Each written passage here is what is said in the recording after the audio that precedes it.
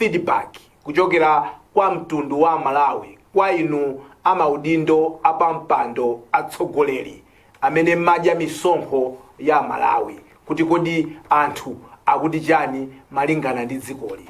Tizilikonda dziko la Malawi, tiziyendera limodzi, tizipanga zofanana. Programu ya lero tabweranso ndi bambo Humphrey Mvula. Ndakulandirani. Zikomo kwambiri Wanda. Chabwino. Komanso bambo Chawezi Banda. Ndakulandirani bwana Banda. Tathokoza kwambiri Wanda. Mbali yakuno muli ndine Wanda Msisia. Kupemphani kuti bwanji tiyeni tikhalire limodzi mprogramu ya lero. Chawezi. Yes. Tufusafuso kuti kodi zosewera-sewerazi zizatha khangati kuti chionesero cha zosewera kuti nachitapo kadalamaka apita uku, wina abwerapo kusewerapo nyama apita uku, zizatha zimene zinziko muno. Ndi chiyembekezo chathu kuti tsiku lina zizatha, koma mwina funso ndilokuti zisadathe, what is the cost implication? Chiuchitika njani? Fake uzamva unayo kuti ndipereka chitsanzo unayo kuti udzaona kuti mzipatala amene kuti failure in health means life or death. Ndifake nena kuti zosewerazi tikudikira kuti zizathe, koma cost ya change yani zimene zikuchita ku dziko lathu la Malawi. Mina the biggest question should be that one. Nkhani zimene tinazo lero Wanda ndi nkhani zitatu kunena kuti tifuna tuone amnesty to corrupt persons. Is it a new way in fighting corruption? Nkhani yoyamba ndi imene yavuta dziko lathu lino, nkhani yayikulu kwambiri sitingayizembe. Nkhani yachiwiri ndiyo kuti tifuna tiyang'ane amene amawathandiza president, the presidential helpers, all levels, angakhale ma cabinet ministers, ma directors, ma advisors, onsewo tifuna tiwasanthule kuti kodi akunthandiza president kapena sakumuthandiza. Nkhani yachitatu nthawi ikalola tifuna tiyang'ane the budget circus. Are we failing to live within our means? Kuti kodi ngati dziko la Malawi budget yathu timayipanga motani imatithandiza? Ndikhulupirira Wanda udakaniza zobweretsa mutu nkhani imene chifukwa chokuti is coming hot on the heels of budget consultations, komanso pakali pano the executive ilikalikiriki kuchita formulate budget imene ndetifa tioneponso kuti yayi isadatuluke budget iyo ichite zotani zolondola. Chabwino. Tikuyenda choncho, tathokoza Chawezi potunikira kuti kodi tikuyenda bwanji. Amvula nkhani imene yatchuka kwambiri imene Amalawi ambiri akhala kukambirana ndi poyamba kalata imene idachokera ku office kwa the Attorney General. Imene imakamba zokuti mgwirizano umene unalipo pakati pa boma ndi asata ndi makampani awo wathesedwa, number 1. Number 2, Malawi government sizapangaso mgwirizano wina uliwonse ndi bambo ameneyi. Ndedali mbali yoyamba ya kalata. Mbali yachiwiri ikupitirira kunena kuti komanso pofuna kuti anthu ena abweze ndalama zimene adabera boma kapena azipeza munjira mwachinyengo koma za boma, ofesi komeko kumapereka chiganizo chokuti pakhale masiku 60 kuti munthu wakufuna yekha amene abwere kuzana kuti inenso ndali mchipwirikiti ndaba nawo kapena ndizokubazo zidabwera kwa ine, akakabweza zimene zizi asamuyimbe mulandu koma angotenga ndalama zimene zizi kapena chuma chimene chichi. Komanso kuti zimenezi akuzichita extend nditu kwa mafailo milandu imene ipo 77 yokhuza izizi za Katangalizi komanso Kashigeti, komanso kwauza mabungwe amene amayimba mlandu, komanso kuti investigation connected to satazo zikhalenso kuti zili pati ya mu amnesty imeneyi. Now, funso langa loyamba ndokuti mukayimva kalata imeneyi akenaka kudabwera press briefing kumene adalankhula Attorney General, ine nemwe nacheza nawo tamva kuyankhula, komano inu yamvula Amalawi ena kunjako akuziona bwanji zimene zachitika pamenepa? Sopono nkhani iyi ya amnesty adayitrusadi Attorney General ya Osama Pilipa Chibwa kwambiri chifukwa nkhani inangobwera from nowhere.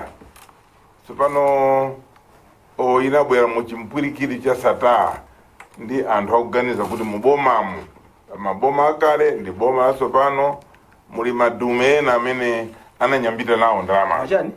Madume ndekuti mabigi amene mabigi akuba amene akupasidwa zina lapamwamba chikoda Malawi timakonda kuyamikira anthu okuba, timacha mabigi, timacha madume, timacha maina yena poti nyamata mabigi jani pena paje pali pose pati masala mabwana ndi inuyi mabwana koma mwache mapiki so madume ena wachwa nota ipo madume alipo ambirimbiri amene nawonso anthu akuganiza kuti mwina alimo maboma onsewo takhala nawo chikosatala sanasiye munthu kukhala ngati anadyesa anthu wonse amene ali wofunikira amasankha kuti ndi nduna mwina yopanga zakuti adye uyu kandi president kanavuma adye uyu kandi wina wake wakukoti adye wina aliyese adye strategically kuti pambuyo pache iyeyo azingoterera akamatusa muti mundolomeko imeneyo so muzaona kuti nkhani zasatazi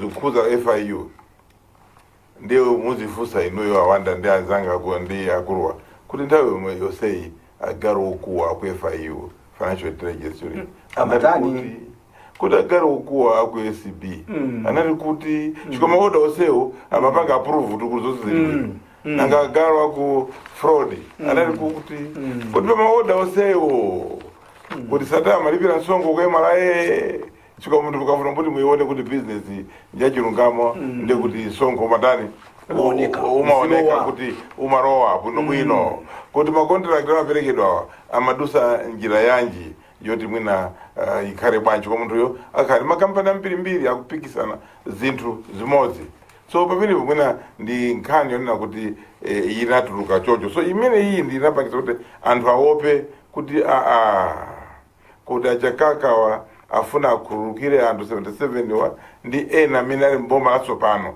mutu wankhani okulu ndi kuti umenewo koma nkhani ya amnesty ndi nkhani imene yakhayikugwira ntchito maiko ambiri ngati njira yolimbanyana ndi katangale makamaka maiko amene anali transitional akuchoka mwina kulamuliro osakhala bwino kupita kwina so ndinganene kuti imakhala ngati mwina ichatimati truth and reconciliation koma iyi yokhuzana ndi kuti anthu anaba kwambiri chuma so akufuna kuti pakhale ka restitution kuti boma litolere ndalama ndikukhulupirira kuti ngakhale inuyo ngati nkhani the document ilipo kale ama amnesties imene nkhali ku UN akuiziwa kuna kuli konse zikula basa kuiziwa ngakhale ife Malawi tinasaina treaty imene iyi ndi kuipanga domesticate kukhala lamulo mu malamulo athu ena ngati financial crimes ya 2017 act zimene zilimo zimene zizi document iyo sikuti zonse zoipa zinthu zimene anthu akuopa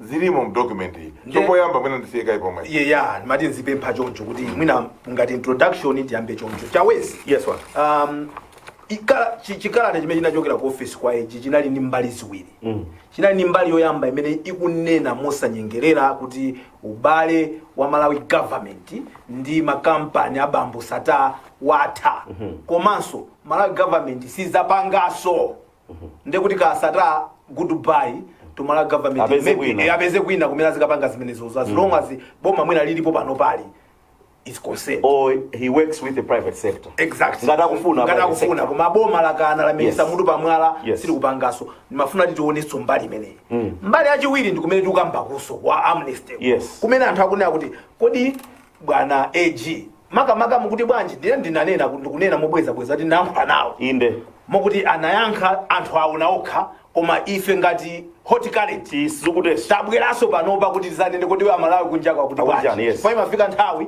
umakhala iwe as a journalist ndi professional umayankhula nawo you know what I mean when I meet him ndimakhala ndavula chipewa china ndabwera pano ndavula chipewa china kuti nanga kunjako akuti chani ukuti bwanji chawezi tiyambire wanda pa nkhani yonena kuti nkhani yonseyi ikukhudza ndithu governance ndimakonda unena kawiri oti khauti kukambisana pano nkhani yokhudza good governance imatumpukapo good governance tikukamba za political governance tikukamba za democratic governance tikukamba za economic governance nkhani iyi ya amnesty ikukhudza kwambiri mina make political governance komanso economic governance of some sort ifanye kuti pakukambidwa nkhani yokhudza makobiri komanso nkhani yokhudza mabusiness amene mina make amachitika mbuyomu ndiyambire ponena kuti wanda nkhani idi yautsa mapiri pachigwa anthu akuyikambirana kwambiri tinene kuti opinion in the public is split chabwino tikozonera kuti ambiri akunena mbali iti komabe the opinion remains split in the public kunena kuti ena akukokera mbali ena akukokera mbali koma tikambe kwambiri mbali imene mwina make ikuoneka kuti is carrying more weight ndionera kuti anthu ambiri akuoneka kuti amnesty ndiyambe amnesty kapena ndiyambe ndi ndiyambe ndi amnesty kunena kuti ya amnesty ikuoneka kuti anthu ambiri sakugwirizana nayo koma achakaka ali ndi position yawo tikayang'ana intention kapena kuti cholinga cha boma aboma onena kuti feyo cholinga chathu is asset recovery, not only asset recovery komanso tikukhulupirira kuti anthuwo when they come forth kunena kuti yayi tidatenga izi tifuna tibwenze atithandizanso kutipatsa information which can lead to further getting to those that plunder public. Exactly zimene waunena kuti sitikungoyang'ana asset recovery tikuonanso kuti anthu atati abwera atithandizira kuti tithe kudziwa enanso amene akhala kusokoneza chuma komanso ndalama za boma. Ndiyambire ndi aspect imene aspect yachiwiri wanda ndiona kuti anthu ambiri ayankhulapo including Legal Minds tamva bambo H Kanyongola ona kuti yayi decision imene atenga bambo Thabo Chaka Nyirenda ngati attorney general ona kuti yayi achite issue a 60-day amnesty as a way of attracting or wooing those that plundered kuti abwenze ndalama za boma akuti ilibe legal footing, it doesn't have any legs to stand on. Chizingerezi zimayankhula zambiri ngati zimene zona kuti yayi there is no legislation imene kwachita support chimodzimodzi Law Society motsogozera ndi bambo Patrick Mpaka anenaso chimodzimodzi kuti yayi the AG has to tread carefully pa issue ya amnesty fanyona kuti lamulo sili kwatani lamulo sili kwalola. Now comment yanga wanda ndiona kuti ndimakonda timacheza ndi wanangu program ina ndi ndimakamba onena kuti tikayang'ana zonse zikuchitikazi zinandichita lead kuti ndibwerere ukayang'ana document imene ili apapa the use of amnesty for corruption offenses pena pake pakutchulidwa nkhani yona kuti pogwiritsa ntchito amnesty it seems as if it undermines the rule of law. Chingerezi cho alembapo cho pa preface page ya document imene akuti it seems as if it undermines the rule of law. Nkhani imene inaibweretsa imene macheza ndi wanangu pa kwanja program ina one of our programs here kunena kuti I was left document isinayone ndayona kumene yabwera apa I have also not sat down to see it koma ine ndikuganiza zazimene zikuchitikazi I was led to go further into digging to understand what exactly the rule of law means. Now, rule of law, when you go by report a Global Commission on Elections, Democracy and Security as a way of deepening democracy and strengthening the integrity of elections, as done by Global Commission, which was led by Mr. Kofi Annan, Madeleine Albright,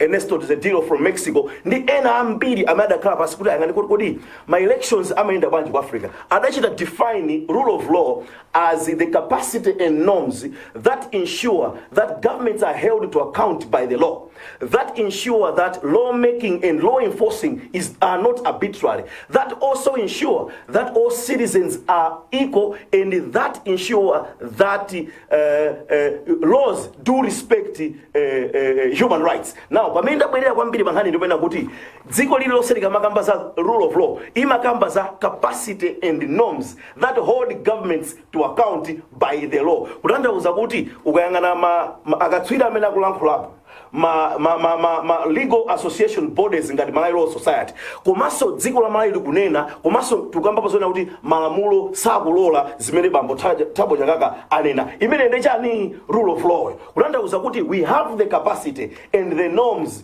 to hold the government to account when it makes a decision which is not supported by the law. That is exactly where now I was heading to now kuti tiyang'ane kuti kodi ndiye kuti apapa zinthu zili bwino. That is why ena akunena kuti the best the Attorney General can do is to rescind or withdraw the decision ya amnesty. Na kuti tsokona ngati kuti mamaketi taziponya pena mwina tiye ntingobwenza kukaye tiyambereso tidzaone tsiku lina kuti zaenda bwanji poyang'ana intention komanso cholinga chimene boma linacho. Mwina for now ndilekeze pamene pano ndikuyankhula nawo kuti nakhalapo nthawi yayitali pamenepa yes kuti kodi lamulo limene magwisa ntchito malitenga kuti ndiliti ndi anandiuza ma sources of law. Yes. Malamulo amakhala mu constitution, yes. Malamulo ena amakhala mu zigamulo za khoti, malamulo ena amakhala zokambirana za phungu, yes. Malamulo ena amakhala Malawi zimene akambirana, yes. Ndamana kuti pogwiritsa ntchito zonsezo zimene iwo zapangisa kuti abani apange chiganizo chimene international law. Yes. Yes. So tidakwenyanapo kuti angondiuza limodzi nditangondiuza kuti ndi section chani ndakuuza kuti sukumva zimene ndikuuza yayi mokuti ineyo ligale ndimaoneka kuti ndikuchepa mphamvu. Anyway, kupita kwa abambo Mvula nditamumva Chaweza amvula ine I want kuti tipereke chithunzithunzi kuti anthu amvesese. Uku kuli anthu okuba ndi katundu amene anabera Amalawi. Uku kuli Amalawi amene akufuna kuti anthu amene wawa agwidwa ayimbidwe mlandu abwezeso katundu wawo. Ndeti ndi njira ziwiri according to mwina option yomwe tinayo. Tazenge mlandu kukhulupirira kuti akapeza kuti ndolakwa akapitisa kundende komanso katundu athu timpeze. Kapena tanyengerere kuti akuluakulu tikuziwa kuti munapezeka nduje tabweresani katundu amene munabayo sitikuimbani mlandu. Pamene papa chifa poyankhula ndi Chakaka amene akuti sikuti onse amene akayimbidwe mlandu akapezeka kuti ndolakwa. Pena umboni makhala unasokonekera palibe chanchani so munthu kuti anaba amapezeka kuti hayi ndithu komanso wena amapezeka kuti akagwira jeje kutuluka kumakadya ndalama zimene adabazija kuti sitingapeze njira yabwino yokuti tipeze katundu wa Malawi titani kuchita kwake amnesty ali chipirikiti. Nkhani amnesty mukakhala pansi nosawiri muwerenge document. Yes, ndikalirira document iyo anthu akuiona pa screen pawo padakali panopa the use of amnesty for corruption offenses kwa amene akuonera pa TV amene akutimvera pa wireless tikuonesana chipepala chimene Malawi idasayinira. Ndi cha Transparency International. Yes. Chabuno bwino chinasayinidwa kunena kuti these are the way even UN ka chapter 37 ochakuti zimene zinakhalamo zimene ife ngati Malawi tidasayina nawo. Vuto ndoti kuyambira mbuyo mukuzafika lero boma likasayina ma treaties silimabwera kwa Malawi kuzanena kuti sayina jani bwino tabanga izi ka civic education kwa Malawi. Civic education tikapangaso domesticate because part of this has been domesticated in financial crimes act. So mzona kuti zilimo so zimene zooneka kuti sizina kale o sizina ndile civic education kuti wina aliyese amvesese kunoko kumakhala kulibe tima clinic kale pansi kuti vanene kuti tapanga domesticate izi mwina tasane treaty iyi what it means zakuti so pamene adayamba Chakakawa intention ndi yabwino chikwa sakulimbana ndibwereza underlined sakulimbana ndi makesi 77 sakulimbana ndi makesi atsopano awo ali mu court SCB yenda nawo akulimbana ndi makesi ambiri anthu amene who helped for example kuti anthu ena mbuyomo kakunali kachigeti kaya amwenye kandidani there were people that helped sunamve kuti kuboma kwatholedwa anthu akabandalama za kuti but there were people that helped anthu ena panopo if you audit the style of life ili pamoma kwambiri mwina ndi akalariko a messenger ali nyumba ya area 43 mwina ali ndijani ena keso kaudindo kosa kana ndisale ama ndafira ndisale pomwezi akwenda HVX mwina ndi amali ena ugene chilo ngati PS pali posa namanga zimanyumba zosakhala bwino so anthuwa mwina anapanga facilitate or mwina they are also active actors instead of kunena kuti tikolole onsewo tiakokole azipita ku court makoti usakwanisa kuti apange deal ndi ngani komanso tipanga erode capacity ya boma to perform because if you want to have a civil servant wafika pa PS ndio you have invested mwina 20 years yoti mwina azakale kuti tsopano munthu jawo so onse aja mwina ananyambita nawo in one form or another or facilitated so you are saying tipange target anthu amene tikuona kuti obviously akuziwa kuti ife so voluntary mechanism ipangisa kuti anthu aja apange bargain kuti asakhale prosecuted in that process ndio kuti apange restitute zimene anaba komanso kukhala information gained ku process inayo so I don't understand it as a or Chakaka nena chocho when that's why you create problems because you cannot be in a regime where you are promoting an amnesty. You are therefore asking and regime kuti abe anene kuti taba pamene mafanifusi kuti anthu ena amaganizira kuti ngati mwina panakakhala consideration ya amnesty ikanachitika nthawi yomwe ija atangolowa wa mboma kuti iwo usanayambe mwina kugwira nyakatu zawo kuti akuluakulu amene mwachokanu tikugwira kuti mwabaka katundu wa boma kwezani panopa iwo nawonso mwina ali involved muchipwirikiti kuti I don't think the amnesty Chakaka is talking about is affecting anthu amene ali mboma pano. If he is going to affect the anthu mboma pano ndiye kuti you are trying to say mwina akhuzidwa ndi zasata zisawakuze mwina akuzidwa ndi milawo zawo ziyangoyango mwa 18 months zisakuze. So it can't be. It must be historical. It must be going forward. Zina kuti zizikhala kuti tipange. Chikakati yokuba isina yambelero. Ndambiri anthu kuti boma olomaza chizuma atafunati kuti angane mati audit, style of life audit. Yipeza anthu ambiri ali with that dragnet. Because as I was giving an example, ena message ya makako area 43. Ena my driver aukandi manyumba wako area 10. Ena aukandi manyumba motena siyana. Even individual. Komano Amvula pamene sisi mendi makhala tikunambira pano kuti sipamakhala mwina cut off point. Kuti apa yathira apa ayamba siyamba jama achita capture I want to capture it now. I want to go further. Okay. Agree ndi ulendo wa age kanyongolo ndi ya Aro society. Kuti panopo palibe enabling law ya clear. Because zinthu izo ziso kuti apange registrate pakale Lamulo limene lipange promote amnesty kumene kuja anthu akakambirana Malawians will also take part and actually no. So the 60th day is falling short. I think the 60th day must be removed. But what must be enshrined in it is civic education and then come up with modalities. Kuti kumaiko ena chikwalipa maiko over 20 that have adopted this methodology ambiri, including part of South Africa. Nzatu akwina ndikwina kuchani ku Angola. Yes. Angola inapanga anthu anabweza nkhani ndalama za nkhani anayana ni mabwana minimo yena machani anabweza ndalama ose aja anali mwana wa former president Jan anabweza ndalama. So that's how did they do it? We should also follow the same. It did not go and inaperekedwa kuti this is the modality. What is missing is lack of civic education to explain. The will ya Chakaka is good.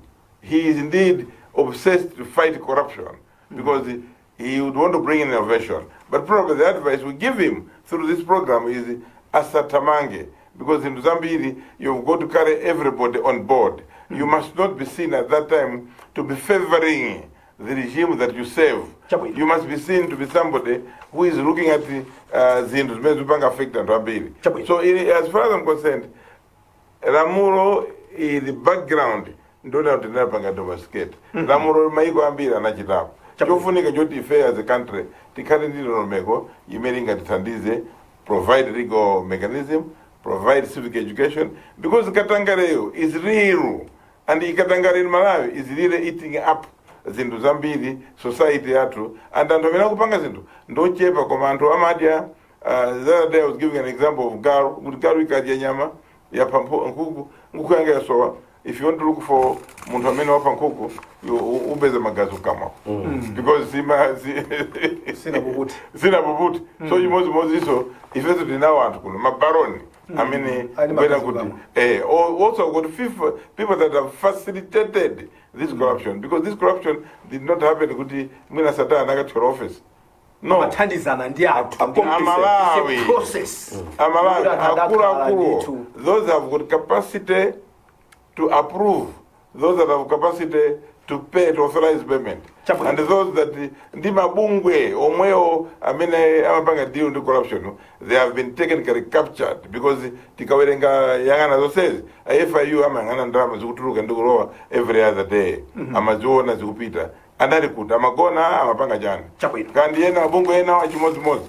Means they are accomplices that were another part and parcel opanga. So that amnesty is good, because it will also target anthu amene, but it should not target anthu amene akupanga save boma panopo. Chabwino. Amvula achawezi tifuna tichokera pa nkhani imene Amvula akuti iwo akuona kuti amnesty is good, koma mwina isakhale covering atonse, ikhale kuti kuyang'ana mbuyo. Now, where anthu ena they are questioning the legality of office ya AG kubwesa 60 days amnesty. AG nkukhala ndi mlangizi wa boma pa nkhani ya milandu.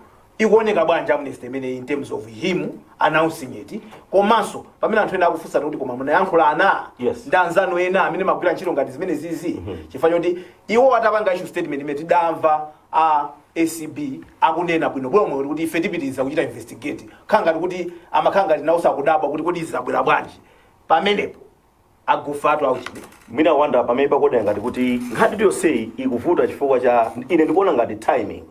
nthawi imene amnesty yaperekedwa, it seems as if you're giving this amnesty to a bad guy, munthu amene kanga kuti watibera, watitengera ndalama zathu, watipweteka, then mune akuti yayi, let us give protection to that particular person, angotibwezera zathuzo. Now pamene nkhani yavutira wanda ndipoenda kuti anthu udayamba bwino nkhani yakuti amnesty ikanakhala kuti idabwera 2-3 weeks or a month later after arrival ya Tulsi Alliance mboma, zikadakhala zinthu zosavuta, anthu still had the goodwill, they still had the belief in the administration kuti yayi anthu abweradi kuzakoza zinthu, sipwadakhala backlash ina yonse. Koma tayang'ana ndi zimene zachitika pakatipa, there are senior government executives amene akumveka kuti mwina akwayikiridwa kuti adakhuzidwa ndi nkhani yakatangale, then hot on the heels kamu bambo Zuneth Sattar komanso maina ena akuluakulu mbomamo pakuveka mphekesera zotenos, then in the back of that mukuponya chani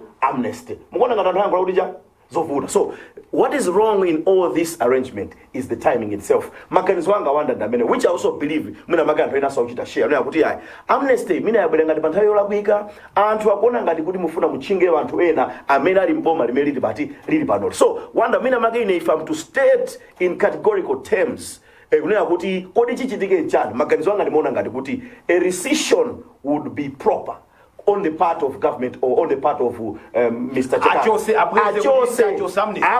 amnesty tikale tideke exactly. Because of course you brought issue ya you brought issue ya the existing friction, or I should say the existing seemingly friction, yes, which is there between SCB and the Attorney General's office. Mwayambisa nkani ndinu ilipo dimeneyo Attorney General nena izi, then the AG says the other. Even in your interview and some other interview that he granted elsewhere, the Attorney General seemed to have been at pains or seemed to grapple with it. Clearly say exactly. We are a team. Did you consult? Anangoti we are a team. We consulted enough. So you would see kuti there still seems to be some seemingly friction between these two offices. Pamene bavutira mpati pamene avula 1 minute or 2 minutes. 2 minutes. Yes. Kuti ine single kupira zobanga kuti timing is a problem. Yes, it is a problem in terms of perception. Yeah, exactly. That's the thing. Maganizo. So you cannot withdraw a good intention because of that spirit, your perception. You can perfect it. What we should be asking the AG to do is for future items, lack of communication, proper communication. Then zikandi preface. They should not fry from the from nowhere. So pamene pachete zimabweresa khala kunombo nkhani ya amnesty aipange refine akoza kuchosako deadline menaika, because now it is seen kuti there will be need for greater national conversation yota Malawi akambirane iwonso mbali yawo aiji ndi anzawo asakale woka azira nkula kuzera mwatu ankani ino apeze surrogate speakers who are convinced about it, because there should be debate and they look at it. Then currently aipange refine document yo kuti achose kani opanga affect alipo panopa. It should be tiambe historical, it also our azaro mkati mkoma titapange create kulimuna tupanga suffocate the legal processes, rule of law kuti andasama mangidwe, because the whole idea of kumangidwa andu is a deterrent to make sure kuti antu aja aziopa kuma wakanina kuti ndikavomera kuti ndaba and kurukira, it's wrong. That spirit is wrong. But we're saying that a hybrid method must be developed within a period yoti tizienda bwanji kumapita kusogoro. In terms of position ya AG, obviously AG ndi chief advisor to kuboma ndi kwa president. So in terms of positioning, amakandika pamamba konditu ozokuti amakako ndi kamomba konditu yangana mu mukufanisa ndi ndani amene amakako malamulo omwe wakunena kuti mabungwe enawa independent of any authority, particularly like SCP. It actually says I quote, yes, is independent of any authority. Izo ndizona ndikutina kuti koma operational ngani makazika ama nthawi zambiri zinthu kama upanga so boma makala atone. That's why even kanina ke anaikwefe anapanga suwa president. Aminali wonkuru komanena da mwapanga suwa kwa kapita kwa AG. Meaning kuti iyeyo AG yuyu ndikambavu kena ka advisory kuti zintu ziyenda koma akuza kupanga zake za boma zimene akufuna akuganiza kazi executive koma our independent samvera zimene yeye wachita, particularly in cases where they have seized my cases are now madocket sangare sedwe kupanga parasuma nkhani zimene zija in court or anywhere there the AG will be possibly going wrong because they will think he's pursuing a political agenda. So ndishivaka ndio kuti anthu amene sanalowe dragnet ya ACB amenewo koma amene analowa kale dragnet ya ACB bitirize ACB it is independent, let it do its job bwinobwino. I am very sure there is no way AG would operate on his own because ndokuti azigufa kwambiri. There is no way you would be simply making decisions that affect the DPP, for example. It will still be dangerous. So there must be a consultation. But the only one who can speak Mina with the breadth of responsibility, Alkara AG, because here you Amata Kulankuraza, the Minister of Justice, for example, but it will be the AG. The Minister of Justice has got to come in. Mwina kuona kuti koti mpepo ikwenda bwanji at political level now zikoza kuteka. So I see that there's need for civic education. Sizokumaoneka pena ngati kuti mwina AG wasa kutenga kwambiri even mphamvu za Minister of Justice kuti a Minister of Justice akhangati akhalape si nthawi imene akabwera ano a Minister of Justice kuzachita clarify zinazi zimene anthu akufunsa ndi malamulo akutani zikhala bwanji zozo tiyembekeze kuti amvaro abwere poyera alankhule chikuti I am sure kuti uyuyu AG sanangozuka kwawo kayankhula ndi media osauza because bwana wake Ryan Boss Minister of Justice. Minister of Justice. Amaina kuti akhale sana enere necessary because you break the appeal process. If you allow kuti bwana akhale pati pamene kulankhula ndiye kuti anthu akadandaula papeze kuti palibe munthu amene akutani akuyankha ndibe kopita ndiye mwapa. So awo andunawo saina kukhala nawo apapa because awo kasaponda abita wanda clarify. Mukuonera Hot Current pompano pa Times Television TTV tikupita ku break tikachoka kumene koko tikupitirira ndi nkhani zina khalani pompo 1 minute tibwererako.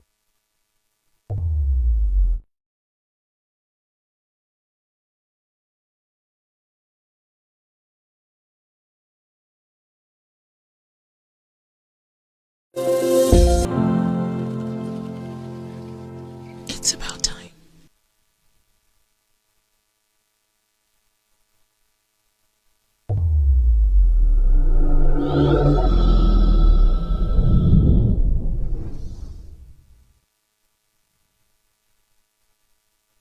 Kupitirira ndi program yathu ya lero ya Hot Current pamene tili ndi Bambo Mvula komanso Chawezi Banda. Amvula tidalonjeza pano kuti tizibwera sabata ndi sabata kuunika anthu amene akugwira ntchito ndi a president, nduna zawo, ma advisors, anthu aku State House, senior people amene amagwira ntchito ndi a president ngati akugwira ntchito yawo momene amalawi chifatu atidalemba ntchito ndife kuda tigwira ntchito mmene tidasankhira apo ayi tizibwera pano kunena amene akugwira bwino ntchito tizaombera m'manja amene sakugwira bwino ntchito tizauza president achoseni zikhala kwa president kunyozera kapenayi. Lero tabwera nawo anthu awiri Amvula atatu ndiye chief economic jopo tabwera ndi anthu atatu mwamsanga. Oyamba amene tifuna tiawunika Amvula ndi anduna oona zachuma mziko muno Bambo Felix Mlusu. Akuyigwira bwanji ntchito iyi akuyikwanisa akuyivuta ikutani Amvula amulusu muzachire kundifusa inunso ngakhale mntu akavuga tsakugwira bwino ntchito isana igwire bwino chifukwa amulusu amangokhala samalankhula chilichonse mavuto sewo tukwapeza mitengo chani za matorogeti za chani zonse zimene zimakhalapo kuti zokhuzana ndi chuma olo mavuto amene amalawi akuwapeza agona pa anthu awiri iwo amulusuwo ndi amene mbwerere na vice president chifukwa awawa ndi amene iyena kukhala kuti pathfinder azilongosola kuti zinthu izi tipange nazo choncho injini yoyendesa economic liyende bwino amene ali blacksmith wachuma malawi muno ndi amene amulusu sinavetu amulusu kuti lero apita ku African Union economic chakuti sindamve kuti mene facility yaisi yekuchita ikuvura choncho iwo apita kuti I don't think iwowo izi zabomazi zoendesa dziko ili amazidziwa mwina amazidziwa zimene anagwira ntchito za insurance ko mwina ndi nkhani za chuma za ku insurance ko koma kuyendesa chuma cha boma anthu 18 million kuti akhale pamtendere kuti awathandize achakwerawa amene adasankhawa I don't think akupereka uphungu umenewo waste still achakwera samaziwa za finance toseve tikudziwa so amene akuti akhale ndi ndi munthu ukatswiri wamene akuzidziwa akuzisata akuzipanga bwino koma amulusu mwina angokhala bwino kwa president koma sindikhulupira kuti ndabwino kwa Malawi sadasankhe bwino wa president achakusa akhale nduna ya zachuma mdziko iya kusankha koyambira kumene sadasankhe bwino because mwina anangosankha anthu amene panthawi imene iwowo amaganiza kuti nanga sindipange boma awa ndi anzanga ndimaziwa or awa ndithandiza kampeni or awa amati ndi mwakuti chifukwa sindikudziwa kuti nda economist kuti angapange development economics or macroeconomics akuchula akuruwa zoti mwina aone kuti chuma tichithamangise choncho kuti tikakhala ndi mavuto awa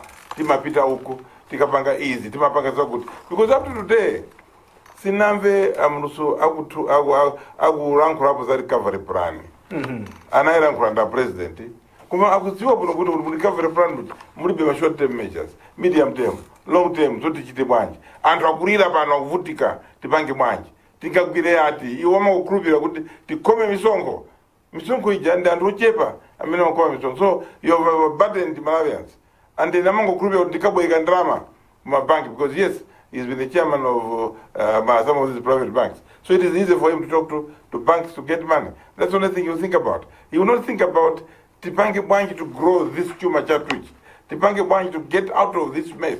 And he will not even talk to Malawians. Sinamambe siku limodzi kwa kufurukozera Malawi tipanga zakuti pokona nthawi kuti mafuta watani achepa. He is even failing to put in place austerity measures.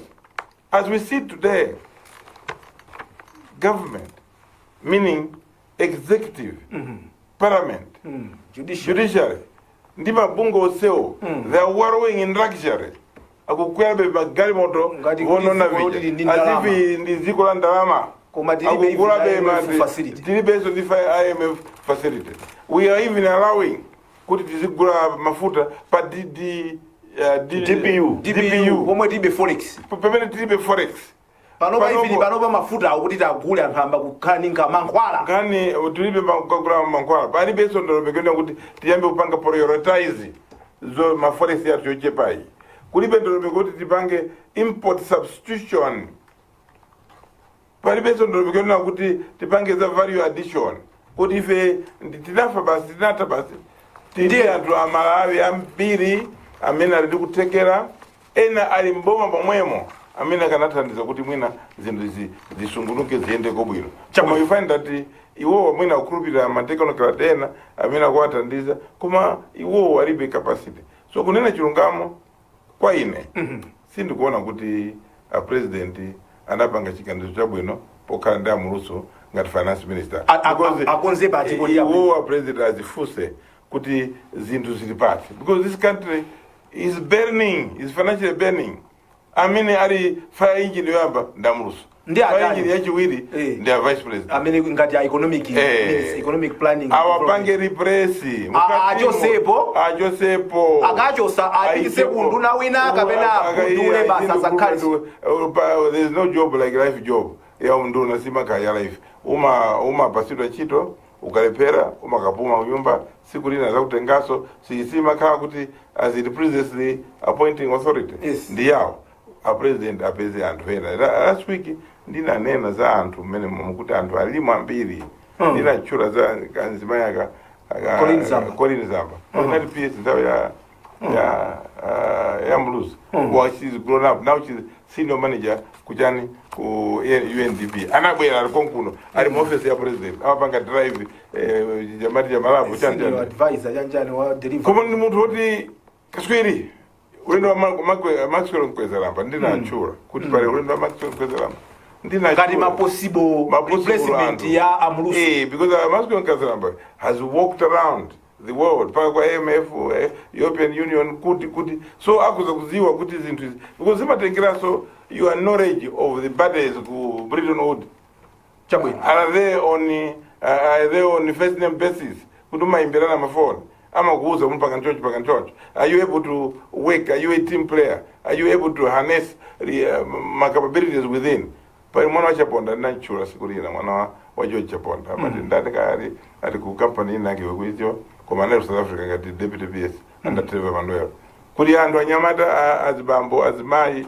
abwino who can be strong because you need people that are going to be strong, people that are going to control, people that are going to provide direction, people are going to speak to Malawians. Chabwino ndizikupempha noti zipangasanga mwayankhulata kwa Chawesi ndikubwera ndizomwezwa tachita analyze ya Felix Mlusu munthu ofunikira kwambiri chuma sichikuyenda bwino a president tanena kale saziwa za chuma amutenga munthu athutu kuona tisakuziziwa ndo insurance kuda kwathandiza ngati sakwathandiza what has taken so long to make a decision kunchosapo kuikapo munthu amene angathandize dziko lino kuti liyende chisogolo ukuti bwanji Chawesi kulwendo benekelo achinakukhwima nthala tiyambe ndinene chonchiwanda naye kuti nkhani imeneyi yoyendetsa chuma ndi nkhani yovuta let alone kukhala ndi economy yoti sikuyenda bwino at a time we have COVID-19 ndi nkhani yona kuti pamafunika what I choose to call strong and careful economic husbandry.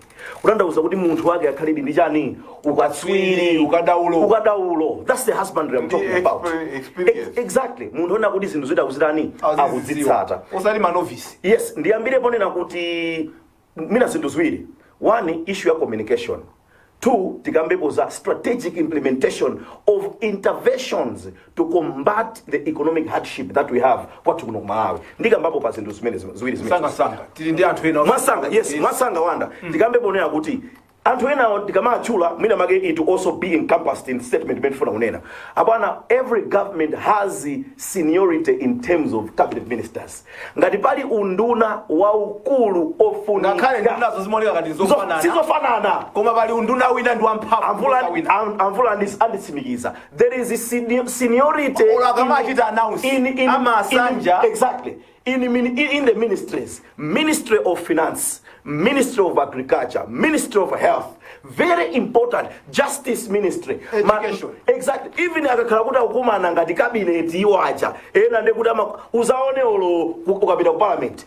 Ku parliament as government sits in parliament imakhala kutsanja kwa speaker uzaone mena makhalira amabojera ena amambo bwa bench yachiwiri ena bench yawo ena kumapita kuntunda so uzaona amene amakhala papa uzaona kuti pamene pali Amulusu pamene pacha pali a Minister of Justice aline yoyambirira agriculture aline. So when we talk about seniority in terms of ministerial positions, position ya Amulusu, position ya ikulu kwambiri ili ndi impact ndi yofunika imachita determine zambiri mdziko muno. Nofana ndi abiri statement imene. Now, chimene nofuna ina ya chiwiri choda kuti yes, position ya Amulusu is captured in the laws. Yes. He's not just kutondula kuti jani. Kungolenga the Minister of Finance will do chakuti. That's the thing. The Minister of Finance will do chakuti. Pamene ina izinangopeka ena timangoti exactly ari malamulo amakuta zochitika governed by the malamulo financial management. Very true. Yes. Kuona kuti zinthu zizikhala choncho. No,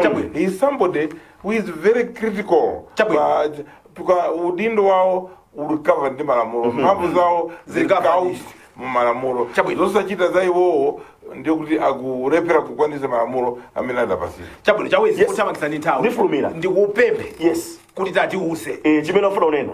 Akukwanisa sakukwanisa. Achoke zikhale bwanji chonde. Wanda tiyambe ndi nkhani yona kuti ndiyamba ndi nkhani ya communication kenako the strategic interventions zomene makenzo zimene makaka anatha kuchita.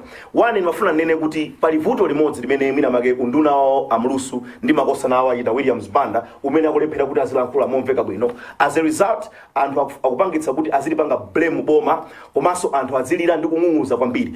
Wanda nkhani ya COVID-19 si ku Malawi kokha ndi kwina kulikonse. Now chimene ufuna nena chona kuti anthu amene amatsata zinthu achite find out what is happening globally. One tiyambe kwamba nkhani yokuza cost of living angakhale so issue yokuza inflation. This is very much within the domain of Ministry of Finance. Now communication kulankhula kukwavuta koma ukayang'ana pa international scene wanda kuli issue yokuza amati labor shortage which has been caused by COVID-19 pandemic. Uyang'ane ku America kuli ndege kuli airline ina idachita ground about 80 if not 90% of its airplanes. Chifanya kuti ogwira ntchito osadwala kulibe amene apange provide labor. So there is labor shortage dziko lonse lapansi. Two, there is what they are calling supply chain bottlenecks because we have had border closures. Issue yotsiriza ni nkhani yokuza rising demand as economies have started to open up. So zinthu zonsezi unduna uja kuti ufotokoze anthu adzimva akukanika. Now zinthu zimene zabwera ndi COVID-19 unandiona malemba ndimapo ndi wala. You would see kuti there is issue ya border closure, lockdowns, restriction on other economic activities. Uzaona kuti malonda ena anthu samachita. Kuti now there is a sector itimachula sector ya service. Service sector is very much proximity based. Ndipereka chitsanzo chimozi kuti ndikumete wanda ndimene ndikuyandikire.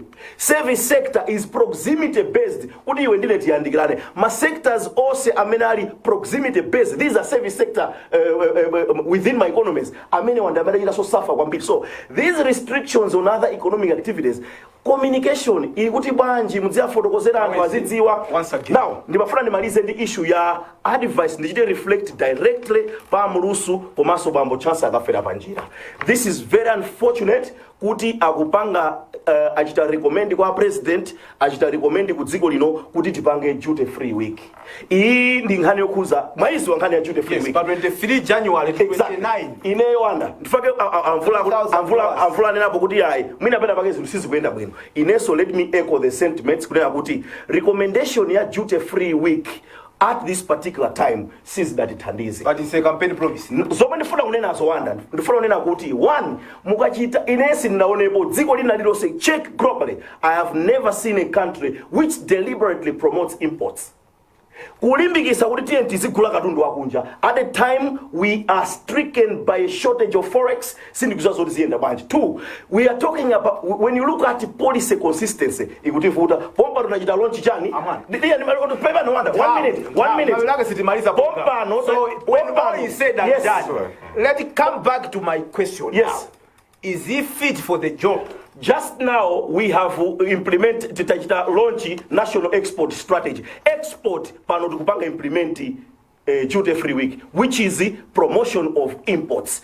There is a policy inconsistency. Now tukamba kuti izizi nzosathandiza utikachita reflect by all ndikuona ngati kuti sakupereka advice yolondola kwa president in terms of the interventions that have to be taken. So he has to go. It would be too harsh to say that he has to go. Kumamina maga president will decide what happens. Kumaso when you look at the greater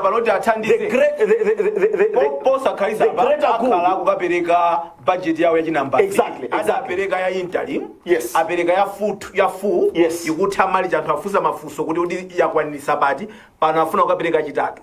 Akapereke be kapena achopole nthawi ino kuti mwina pabwere munthu amene angayankhe zonsezo zimene wazifotokoza zimene zikuvuta. Parliament yamba ukuma na posa chedo I think in this February 22 if not 23 February. Yes. Now for now asien guy mwina maga achite guy izizi kena kutonedwa panga bati. Koma chimene mani I want just to sum it up ndakamankhani yokuza communication adzine ena mavuto ena awasiya kwathu konkuno. I'll give you a last example 10 seconds. Check what is happening in Afghanistan. In Afghanistan, there is a catastrophic humanitarian thing which is happening there. People have started mpaka kumagulisa nao. Alindi ana 10, agulisa po ana awiri. Kuti apese chakuja, kuti support ana 8. Amvula. Udindo wina umene tufuna tuunike ndi udindo wa economic planning and development umene padakali pano pa nduna yake ndi a vice president Saulos Chilima. Ukunda vice president komanso ndi nduna ya economic planning. Akuyigwira bwanji tukamba mavuto a economy amene anthu ena manena kuti nduna amene ubwezi kumakhali mozi ndi finance. Chifukwa makanga da advisor ku Ministry of Finance palibe zimene ungapange pawo. Ngaba njolera kuti unduna umenewu ulibe line authority mphamvu zopanga deliver Chintu pacho pawo. Payo waka ndoti apanga deliver chintucho kuzera ku nduna wa finance. Yes. Apanga so deliver kuzera kwa president zofuna kuchitika. koma kuti tipange zochitika a vice president munthu uchenjera kwambiri during campaign and all other times munthu wozisata zinthuzo koma za economic planning izi zozisata zinthu zoyendesa amaziziwa sasa mano ndifuna zona za economic planning ukanga za chilendo pang'ono olo mwina awa muluso mwina sakufuna kuwamverana poti pena amakumana kumbali because they must belong to a committee on the economy, both of them, kuti apangeta because iwo vice president ena kumapereka uphungu ena kupanga manufacture zinthu zimene zingathandize awawa ndi mukizungu chake mwina ngati ndi catalyst amene aziyendesa kuti grease what zinthu ziyenda aone kuti zinthu kuyenda bwanji. Even when you look at the enthusiasm that he had kuyambira last year kuzafika lero inata ndiye tipange bwanji unduna umene wa economic planning upitilirebe kapena uphatikize ukhale ku Ministry of Finance. The challenge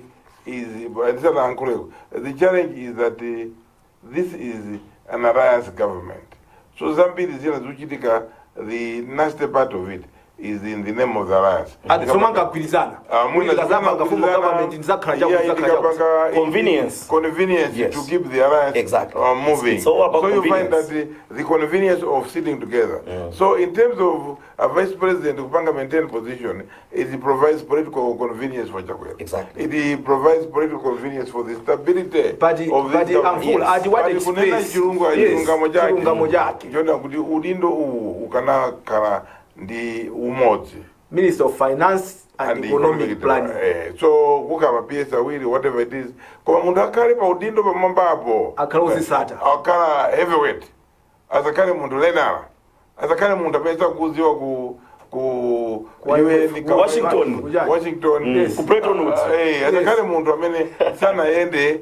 It must be somebody who was a PS. Was a Jumazi, Wachani, what I was links. Yes, good network. Agamapanga relate even the technical staff kundunao.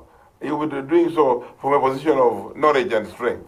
When you be advising a president, into Zofunika political leverage from the president because it will help. And this person must be well spoken. As a Manda, he must be somebody who should go to Planta Market and talk to people about it. He must be able to look at our women. He must be able to do things. He must be able to announce and recommend to the president austerity measures.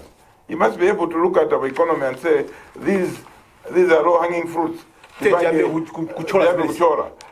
must do something. So far, manifesto, it is becoming very difficult. So kuti unduna wa zachuma ndi wa maplani azachuma wa economic planning kuti vuta ukhale umozi tipeze munthu wabwino. Yes. Chabwino. Tipeze munthu amene akatha. Tupitirira pamene popo tikubweranso chawezi udayamba bambo chancellor akafera panjira amene ndi mlangizi wa president pa nkhani zimene zizi. Mwamsanga chawezi. Agwira bwanje ntchito imene iyi ndi apati time adakagwirabe kuuje ndi kuchemba ukamangopita kwangu walangiza zikwacheza. Tiyambire ponena kuti mina make pamene sizinakhalire bwino ndiponena kuti he was drafted in or he was looped in on the basis of part-time kind consultancy. Kaya ndi chani a president akufunika munthu amene ali full time dedicated to the cause of Malawi kunena kuti munthu amene ayikepo mtima azikhala mu office day in day out komano kukhala ndi munthu on part-time basis advising the president on the nitty-gritties of the economy. I feel it is not right.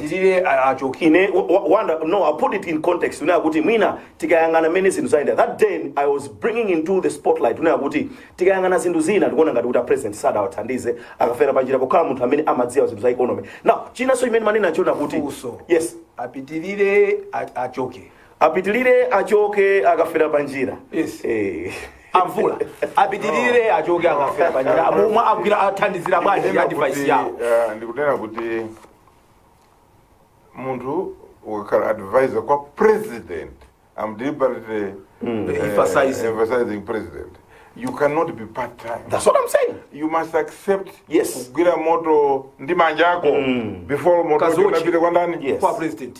You must give him an adulterated advice. Yes. You must not be afraid. No. When you want to work part-time, you want to save your skin. kuti ine no maintain this job command chan For a safe landing. For safe landing. In case it doesn't work here, we have some safe landing. No, the economy, there's no No haphazardness. no haphazardness, there's nothing like part-timeness. Ababa president mwina analakwisa kuvomera kuti chief economic advisor wao who he should be meeting on a more regular basis, Exactly. basically every other day. The way our economy is burning, padakali pano wabize kwambiri umagona office akafera panjirawo amapanga za trading uku chamber is about business. Chamber of Commerce and Industry. Yes. So you need people like Benjamin Cheren, Professor Karua, wakuchaza college anthu ena jamati mwina asoma kukhala za mkalasi so kwambiri ena nakutena kuti anthu koma aliko tu anthu amene anali mu society or mbomama abwino uwe anafika pandondomeko zosiyana-siyana amene akuziwika kandi wa Cliff Chiunda kandi andani alipo anthu amene alipo sindifuna kuyang'ana za the color of their political extraction koma ndikukhulupirira kuti Malawi amene angakwanise akaswiri amene alipo at times sibwino kukhala ndi anthu because amene timaziwa or timaziwa kumene amachokera kwathu. It is better kutenga ntchito ndi mercenary munthu amene mbona ngati mdani wanu uyu mukaita kuti uyu ngwa DPP muikene apo. You know, during a UDF Amuruzi anasunga late speeches Sanjay Limons akuvala baji apatu Yamana Congress Party ya John Tembo Yakamuzu yes akuvala baji apo kuna kaswiri ST yes Respicious Sanjay Limons kaswiri the treasury I liked the name anagwira ntchito yotamandika may so rest in peace amen and anagwira ntchito yotamandika. There was nothing like saying kuti muntu chasikulina ananyamula flag ya chani, but this works. So the president must accept that mwina uyu mvulayo kalapoti kale sapanga bwino ndimike chakuti. I'm not asking for a job, but I'm saying giving an example instead of names. So kutenga muntu who is a part-timer is dangerous because why should he choose to be part-timer and then hold a very senior position? 10 seconds. So to me, reflect, he must not remain as a chief. That's exactly what I also want to say. He must not remain, and on his own, he must volunteer to move out and maintain his chamber job, or maybe go on a full-time basis.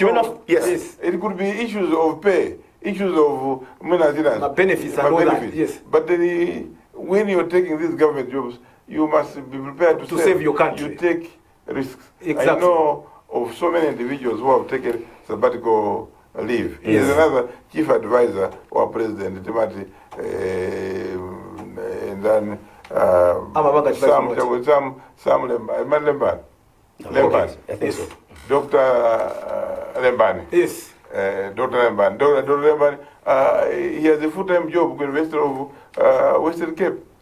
Opposition, he took a sabbatical leave. Sabbatical leave. Here, you want to serve the president. It's very you may not get a fat salary. Yes, Wanda, nimalize. Chimenofuna unyanchona kuti ndiri pangani yomwe ya part time basis iyo bambo ukafera panjira ni ntchito yaikulu chimenofuna unyanchona kuti iwo ngadali chief advisor wa president on economic issues. Wanda tikamakamba za economic issues ningofuna ndipeke context in 10 seconds kunena kuti kunja kunoko kulima trade economists, kunja kuno kulima industrial economists, kunja kuno kulima transport economists, kunja kuno kulima health economists. Ndangochula before kutanthauza kuti all these departments of economic affairs fall under the domain of Bambo Chancellor Kafera Panjira to provide advice to the president. Kuti koda bwana, in terms of the economics of transportation tipange bwanji, tikati tipange land economy tipange bwanji. Can you, in terms of health, I hope you understand what I'm saying. Can we have such scope of work being put under the belt of someone who is on the basis of part-time? Zingateke ntchito munda no munda ndi waukulu. Tathokoza mvula, tathokoza kwambiri kuti nali limodzi program yathu ya lero. ndathokoza chawezi kuti tinali limodzi zikumombera wanu kuchokera kwa ine Wanda Msisia ndikuti kuchokera kwa ine Wanda Msisia ndikuti pitirirani kuonera mapulogalamu athu otsatira pano pa Times Television TTV komanso pa Times Radio. Nkhani zinazo tizakambirana mu programu ya Sabata ya mawa. Makoma nonse, goodbye.